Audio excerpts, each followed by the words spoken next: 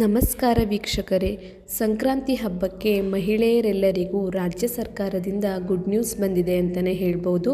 ಕಾಂಗ್ರೆಸ್ ಸರ್ಕಾರದ 5 ಗ್ಯಾರಂಟಿಗಳಲ್ಲಿ ಶಕ್ತಿ ಯೋಜನೆಯು ಕೂಡ ಒಂದಾಗಿದ್ದು, ಈ ಯೋಜನೆಯಡಿ ಪ್ರತಿ ತಿಂಗಳು ಮನೆ ಯಜಮಾನಿಗೆ 2,000 ರೂಪಾಯಿ ಹಣ ನೀಡಲಾಗುತ್ತಿದೆ.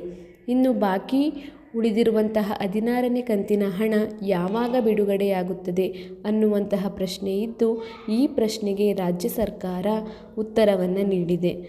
16ನೇ ಕಂತಿನ ಹಣವನ್ನು ಜನವರಿ 14ರಿಂದ ಅಂದರೆ ಸಂಕ್ರಾಂತಿ ಹಬ್ಬದಿಂದ ಮಹಿಳೆಯರ ಬ್ಯಾಂಕ್ ಖಾತೆಗೆ ನೇರವಾಗಿ ಜಮೆ ಆಗಲಿದೆ ಎಂದು ಗ್ಯಾರಂಟಿ ಯೋಜನೆಗಳ ಅನುಷ್ಠಾನ ಪ್ರಾಧಿಕಾರದ ಜಿಲ್ಲಾಧ್ಯಕ್ಷರಾದ CS ಚಂದ್ರಭೂಪಾಲ ತಿಳಿಸಿದ್ದಾರೆ.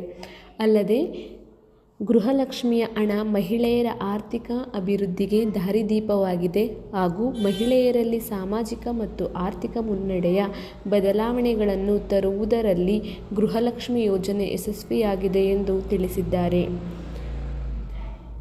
ಈ ಮೂಲಕ ಮಹಿಳೆಯರಿಗೆ ಗುಡ್ ನ್ಯೂಸನ್ನು ನೀಡಿದ್ದಾರೆ.